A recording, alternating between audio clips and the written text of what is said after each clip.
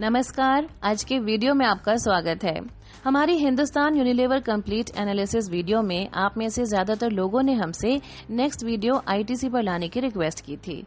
इसीलिए आज के इस वीडियो में हम आपके लिए लेकर आए हैं आईटीसी का कंप्लीट एनालिसिस। और अगर आप ऐसे ही और भी वीडियोस देखना चाहते हैं तो हमें सब्सक्राइब जरूर करें।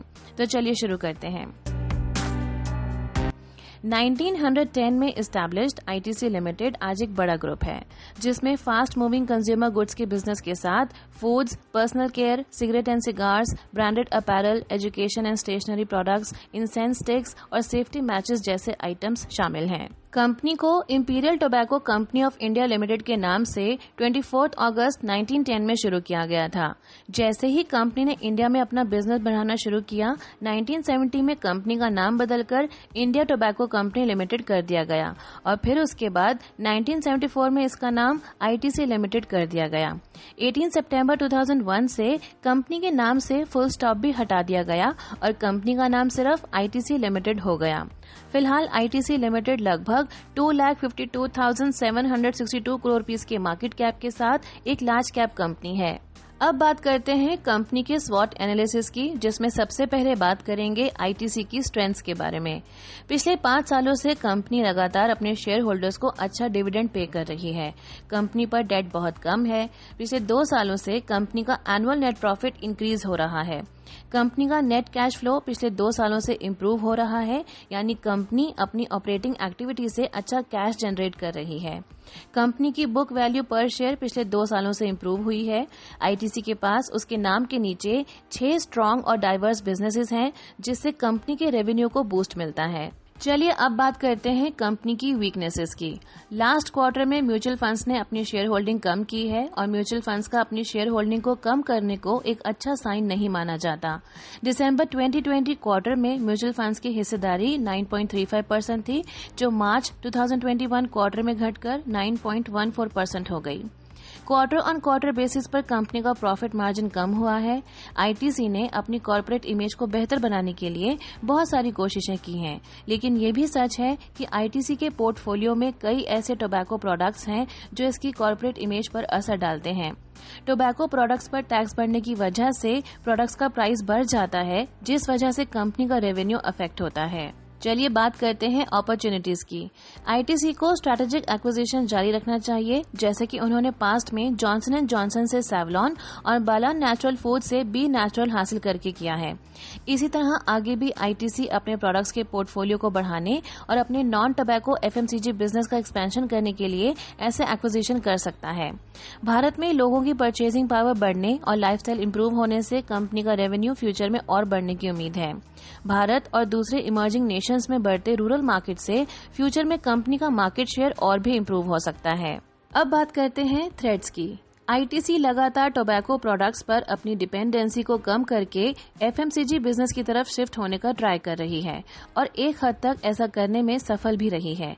लेकिन टोबैको प्रोडक्ट्स आज भी आईटीसी के लिए सबसे ज्यादा लगभग 60% रेवेन्यू जनरेट करते हैं और आगे चलकर अगर सरकार टोबैको प्रोडक्ट से रिलेटेड कोई रूल लाती है तो आईटीसी के रेवेन्यू पर बहुत ज्यादा इफेक्ट पड़ सकता है।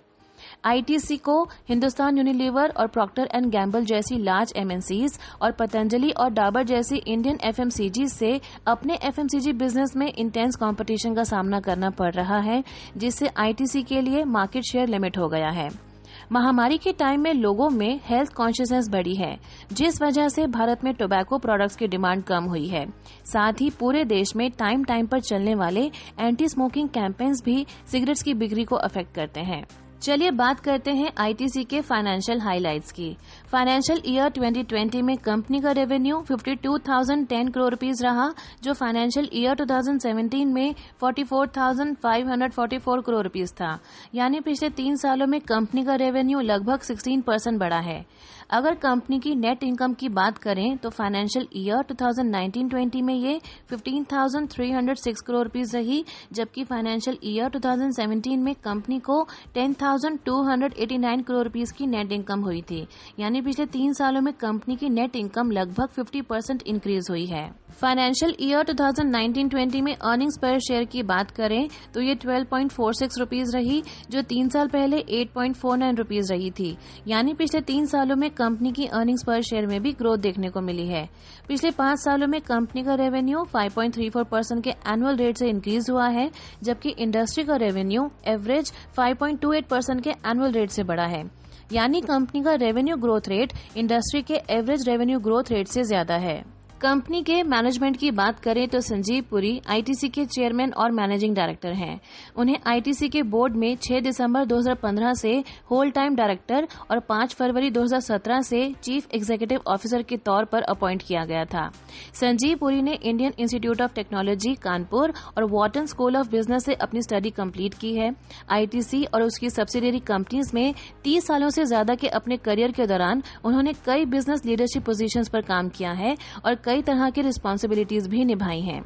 नकुल आनंद, सुमंत भार्गवन और राजीव टंडन आईटीसी के एग्जीक्यूटिव डायरेक्टर हैं। इसके अलावा कंपनी के मैनेजमेंट में सुप्रतिम दत्ता, हेमंत मलिक, अनिल राजपूत जैसे कई अनुभवी नाम शामिल हैं। चलिए जानते हैं कैसा है कंपनी का शेयर होल्डिंग पैटर्न। कंपनी के लेटेस्ट शेयर होल्डिंग पैटर्न के अकॉर्डिंग कंपनी में सबसे ज्यादा शेयर होल्डिंग रिटेलर्स की है, जो लगभग 48% है।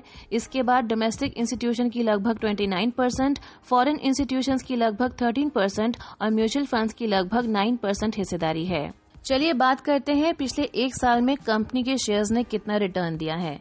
पिछले 1 साल में आईटीसी के शेयर्स ने 14.2% का रिटर्न दिया है, जिस दौरान इसने 239 के हाईएस्ट और 157 रुपीस के लोवेस्ट लेवल को टच किया, जबकि सेम पीरियड में इसकी competitive companies VST industries limited ने 19% और गोल्डन टोबैको ने 54% का रिटर्न दिया है।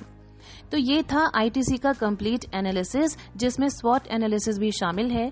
इस एनालिसिस के बाद आपको इस कंपनी को बेहतर तरीके से समझने में आसानी होगी और कंपनी में इन्वेस्टमेंट को लेकर अपना डिसीजन आप आसानी से ले सकेंगे। आगे आप किस कंपनी का कंप्लीट एनालिसिस चाहते हैं, हमें कमेंट्स करके जरूर बताएं और वीडियो पसंद आई तो लाइक जरूर करें। हमसे जुड़े रहने के लिए थैंक यू।